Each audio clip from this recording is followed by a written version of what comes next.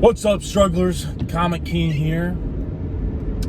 How's it going, y'all? It's currently like 11 where I'm at stuff. But hey, I just finished out the fall semester. I'm heading to Austin right now. I got a gig tomorrow morning in Austin, and then I'm heading home after that for Christmas break. And it's just kind of crazy how fast time has flown. You know, it's nuts. But yeah, I'm heading to Austin tonight, crash here, have the gig tomorrow morning, and then heading home. And it's like just nuts. But you know what? I finished out strong, man. I grind after my last YouTube video, last chapter 3. Just been grinding. I had a bunch of government work finished up. But anyway, I'm happy to be home, man, because I'll be able to make a lot more content for y'all. And I'm just excited to see where hopefully I can take this channel. And it's fun for me. This is something I really like doing. It's a lot of fun. It's an awesome hobby. But anyway, enough of my bibber blabber. Today's topic is I want to talk about the Clayface movie. Since chapter 3 or my last video, the Clayface, man, I didn't really see this coming, man, but like the Clayface movie, it got confirmed. So like a couple years ago, horror artiste, horror mastermind Mike Flanagan, after I think it was 2021, so it was before the Batman, but around the time before the Batman was coming out, he mentioned he'd like to do a Clayface style, like a Clayface movie, like a horror. Now, he wouldn't be like a full-fledged villain or anything like that, but I mean, definitely more on the villain side, but like kind of like a body horror tragedy kind of movie about Clayface. And it was just kind of random, it felt like, and that was in the old DC days where like, they booted Snyder and fucking Walter Hamada was on there, who no one likes and should not have been charged. And anyway, DC wasn't DC Studios yet. It was still under Warner Brothers, so Warner Brothers was messing it all up and tarnishing DC's name. There's just a lot of, random stuff. We get some great diamonds and then we get some awful stuff, but like, it was just, when they announced that, I was just kind of like, I didn't pay any attention to it because I'm kind of like, it's never going to come out. Like, the old DC EU days, man, nothing ever came out that they announced it. So, but I guess it's, under DC Studios, the precedent that, James Gunn's wanting to make is that, like, he compared it more like Star Wars to Marvel. Not that Lucasfilm is kind of a train wreck right now. So it's not like, not like that. Definitely way more put together. But the way that James Gunn described it is the DCU is a breathing, living. He described it as like, okay, this universe is a breathing, living organism. To where like akin to, we're so accustomed to Marvel, where like Marvel has phases and they all build to something. Within each phase, and then there's a grand climactic finale that, a theme. Like, for example, phases 1 through 3 was under the Infinity Saga theme. So it's all leading up to, Endgame, basically, right? Where DC, they announced, like, there will be stuff building up to things, and, like, because they're doing it like chapters, kind of like, me, Comic King now. I didn't get that from them. It's original, just, kind of blog style, but they're calling them chapters instead of phases. But the thing is like, although the universe will eventually, I think they're going to take a lot more of their time than Marvel. Where like eventually things will coalesce and certain projects will lead to a climactic story from certain movies and for certain characters. While as, but what's cool though is what he mentioned is that the DCU being a living, breathing universe is the fact that they're gonna greenlight projects of solo stories or about characters or movies or TV shows that is they're just telling us it's within the universe, but it may not be connected to anything. There'll be probably references and stuff, but it doesn't really contribute to the build-up part of the universe. They're just like, oh, here's a story. You know what I mean? I think that is fucking genius, man, and that's different from Marvel. And they're also, what's cool with these projects is that James Gunn, and there's some confusion, I'll get to that in a second, about like the Batman Part 2, for example. What's cool is that they're not green lighting any even if they're planning to do it, like they announced it, like that's a potential project we'd like to do. They're not green lighting anything until the script's done. And until most pre-production is done, maybe besides like the, you know, getting the actors cast and locations and stuff like that. But until the script is done and the story is ready to be told, you know, I think that's so smart. And what's cool is that, like, you know, for example, when they did and you know, it was the beginning stages, anything can change, right? You know, the first 10 projects they announced for Chapter 1 was the 5 TV shows, 5 movies. Supergirl Woman of Tomorrow, for example, was the last movie they announced, right? Or it might have been Swamp Thing. I think it was actually Swamp Thing, but Supergirl Woman of Tomorrow was the 4th movie I think they announced, right? But anyway, that's going to be the second film in the DCU. And so even if stuff was all building to anything, I think it's cool. It's just like, okay, well, if one thing comes out before another, like, there'll be references and ties, but it's just like, what's cool is that's different from Marvel is that Marvel, you like, okay, there's certain things you have to watch in order to understand certain other projects. Maybe in case sequels or if one thing's really connected to the other, that's not going to be the case with the DCU from what they're making out to be. Is that, like, sure, they're all building as something, right? But it'll be more like Easter eggs, references and stuff they reference. But you don't, like, let's say there's one project you decide not to watch, you don't have to, you know, you probably don't have to watch it. Now, there may be some important projects where, like, okay, you recommend watching. But what's cool is they're focused on the story of each individual project to where they can, if someone was to come in, I just want to watch this and I don't really care about anything else, they'd be able to watch that. Perfect example, I think, is the Swamp Thing movie. I'm a massive Swamp Thing, man. Alan Moore, I will talk about the channel one day. The thing is, it's so dense, man. But like, and it'd be long videos. But Alan Moore Swamp Thing run is my favorite comic book run of all time. Now, I'm a Batman guy, but I think the greatest comic book run of all time is Alan Moore's Saga Swamp Thing. Fucking phenomenal. It's a straight up masterpiece, man. Weird, horror. It's horror, it's scary, it's crazy, action-packed. Some of the best dialogue and writing and just character development. It's awesome. But anyway, long story short, the Swamp Thing movie, they'll have references and stuff, but Swamp Thing in itself, even the comic books, man, he's such an isolated character in his own kind of corner of the universe. Of course, other characters show up, like, for example, Batman shows up and you see the League in the first arc of Alan Moore's Saga the Swamp Thing, right? But it's still a Swamp Thing story. But you don't have to have those connections. That's why I think, for example, for me, I love Robert Pattinson's Batman so much, even though it's grounded and it's going to stay the Elseworlds. I mean, who knows what's going on right now? They could fold and change it up.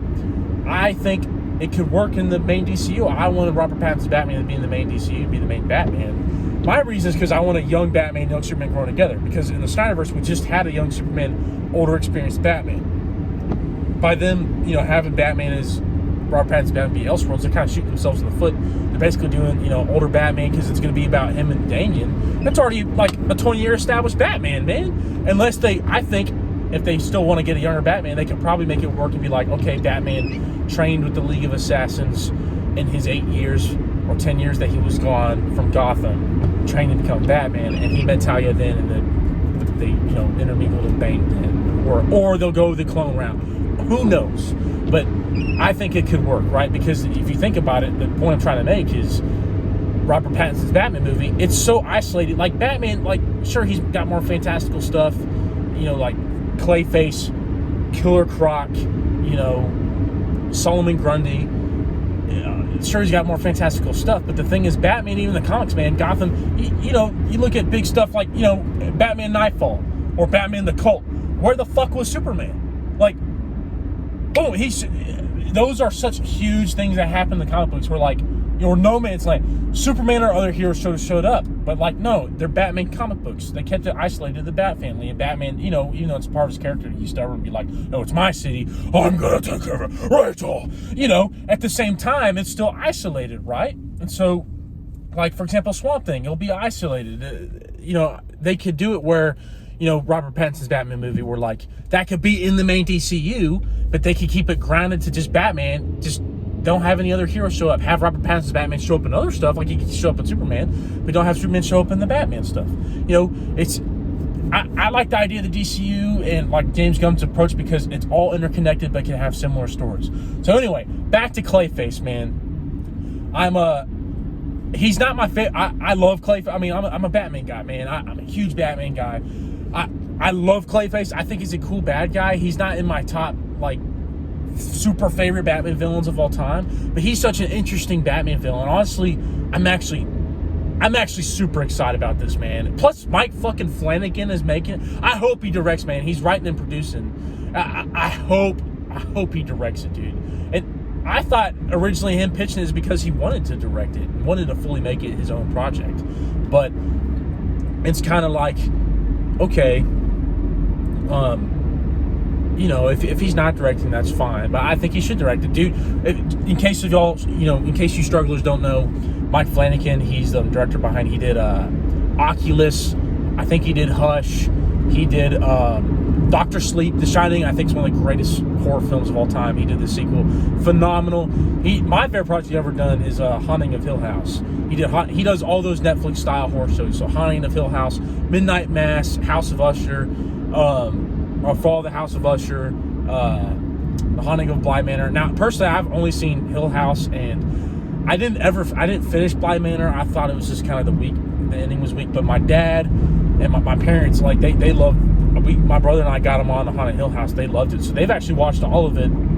They watched both Fall of the House of Usher and especially Midnight Mass. My dad said Midnight Mass is awesome, so I got to check those out. But he also did my favorite. I'm pretty sure he did. My favorite movie he's ever done is Gerald's Game. That movie is fucked up, but that is such a fun, scary movie, dude. So cool. But that's why I want him to direct. I think it'd be really cool. Now, originally when this project was getting thrown around that he wanted to do it, no one knew until yesterday if this was connected to the Batman Part 2, if this was connected to the main DC Universe continuity, or if this was going to be one of the first movies in the Elseworlds slate along with the Batman Part 2, but separated from either the DC Universe and the Reevesverse, or it's its own thing akin to the Joker film, right? We didn't like.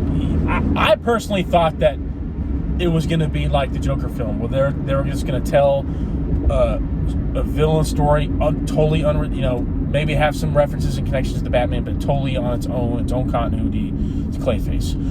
I personally, that's what I thought they were going to do. I personally didn't want that because I'm just like, okay, if all the Batmans wrote, I mean, you can make a horror movie, but it's just kind of, at that point, if you got no Batman in the Clayface movie, Joker, right? He's the most iconic, one of the most iconic, if not the most iconic villain of all time. The Joker movie, the first one, fuck, we won't talk about the second one, but it worked because, like, he's one of the most iconic villains of all time, and probably the most iconic superhero villain of all time. And so a movie on its own work, right?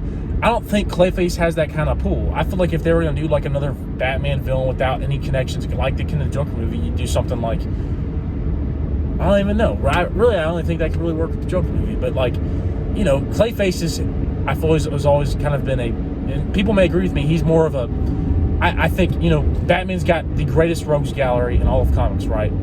But you definitely have to put him in tiers. Like, the OG 4 Batman villains: Joker, Penguin, Riddler, Catwoman, right? Even there's a bunch, you know, Hugo Strange, the original Red Hood. There's a bunch of other villains that shown up that are way older than some of those characters. But, you know, I feel like Batman 66, those are the most iconic 4 Batman villains. Hell, those are the 4 pillars of Batman villains. And they actually all appeared in Matt Reeves' Batman movie. I feel like people didn't talk about that. I'm like, that's so cool. Matt Reeves' Batman movie had it was the OG 4 villains, man. I'm like, that's awesome. That's really cool. But anyway, I don't feel like Clayface is in that tier of all, if you had to break down all Batman villains in categories, I feel like Clayface is either middle to bottom, B level to C Batman villain, right? Definitely B. He's definitely B. But he's not as iconic, right? But also it's like, okay, which Clayface? Basil Carlo, Matt Gargan, not Matt Gargan, that's the Scorpion. Matt Hagen. You know, which one? Is this the Golden Age one? That's like the serial killer who we just saw in Cape Crusader, you know? Is who knows? But anyway, I feel like he's that kind of villain, right?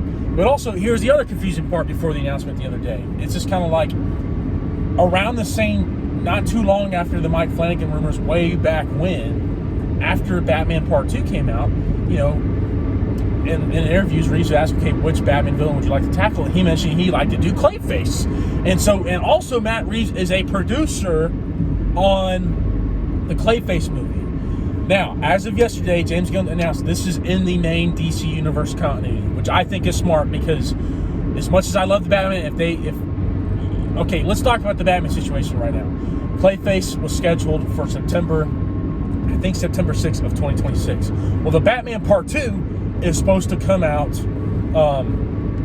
October of the same year, a month later. And I'm just kind of like, okay, that's what's kind of like, okay, confusing. Now, they also came out and said, apparently, I thought it was done, but apparently when people talk about, I thought James Gunn said that, like, we're not going to greenlit projects unless it's a script's done, blah, blah, blah. Well, yeah, but also I think maybe that's just to the DCU projects. Maybe that's not Elseworlds or the Reeves verse. Who knows? Something's going on. We don't know, but there's a good chance, I think, that the Batman Part 2 might be delayed again because there's 2 unannounced release dates from DC Studios in 2027 that they haven't announced what it is. That's not, that we don't know what it is. I think it's going to be the Authority and possibly Brave the Bold or something else, right? But who knows? But it's just kind of like, okay, it's just kind of confusing because like Reeves mentioned he'd like to do a realistic version of Clayface or something, but then he's also producing that. But we were like, oh, it's so confusing. Well, I'm like, okay, well, I think Reeves is, you got James Gunn, Peter Safran. I think Reeves is kind of becoming one of the DC Studios heads. It's like, okay, well, he's got his own continuity with the Batman, the Robert Pattinson verse, right? But doesn't mean he won't produce or make projects within the DCU. Because I'm just kind of like, it sounds by the look of it, and maybe they'll do an announcement that, there's James Gunn, right? He's got a bunch of writers and producers working under him, along with, under him and Peter Safran. But, it's kind of like Feige. It's just kind of like they get certain directors, like, Feige kind of had, like, the Russo brothers, who are very involved in the, building of the MCU and a lot of projects. They helped fruition the end of the Infinity Saga, right? With the movies they did. And so it's kind of like, okay, Matt Reeves can be one of those guys for James Gunn. I'm just like, come on, people, let them cook, man. They're already cooking something crazy. What's cool though is that, anyway, don't let that confuse. Now the thing is, I think the Batman Part 2 could be delayed. Maybe be delayed because maybe they're reworking the Robert Pattinson's Batman to be the main DCU. That'd be awesome. But I think they're going to stick to that being Elseworlds and go with an old Batman for the Breaking Bold. No matter what, even if I prefer that, I'm excited either way. My fan cast, if Robert Pattinson's not going to be the main DCU Batman, my fan casting is, everyone says Jensen Ackles. I think it'd be great. I want Alan Richardson to be Batman, dude. That'd be fucking awesome. He's mentioned he liked doing it, bro. I like, get someone who's even bigger than fucking Batfleck, dude. Go full out comic book, the Batman Who Lives. Get my boy Reacher in there. I think he'd be fucking great, man. But anyway, long story short, I think it's awesome. I can't fucking wait, and I think it's so cool that, like, this is the kind of universe that James Gunn's building up to, man. That we get, like, we're putting other characters who haven't really had a lot of time in the sun, giving them their spotlight. That's fucking awesome. And it's cool that, like, okay, like, everyone's like, oh, we gotta do the main heroes first. I think for establishing the main universe, definitely gotta have your Superman movie first, which James Gunn recognizes, and that's what they're doing. But then after that, build it out. Give other that's the cool thing with DC is, I feel like their side characters, their characters that aren't mainstream are a lot more iconic than the Marvel characters that aren't mainstream. But the thing is, people, I feel like if the story's good, if the writing's great, and the content they're making is good, you can make it work. Because look at what the MCU just did with lesser known characters. Like, no one knew who the fuck Ant-Man was.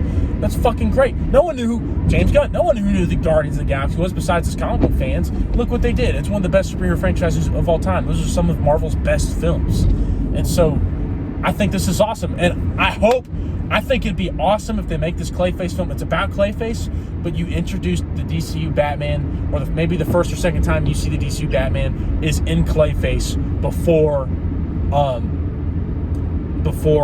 Brave and Bold. I think that would be so fucking cool. And I know they said this isn't going to happen, but as a fan, studios lie all the time. They keep surprises, right? They said this won't happen. I bet you Batman's going to be in Superman after credit scene. I bet you that would be one of the greatest fucking cinematic surprises ever, man. But anyway, why do you think Batman being a Clayface movie, Comic King? Well, the image they released, it's a most recent comic book called Clayface One Bad Day. Batman's on the fucking cover. And this is in the main DC universe, right? And honestly, I think it makes sense. It's best that's in the DCU, so we can get a full-on monster Clayface. And that, like, full-on, you know, go with the effects. I think that would be awesome. And plus, we haven't seen it yet, but it's been teased in the trailers. Clayface, which I assume will be this universe's Clayface. This is going to be the Clayface the movie's going to be about.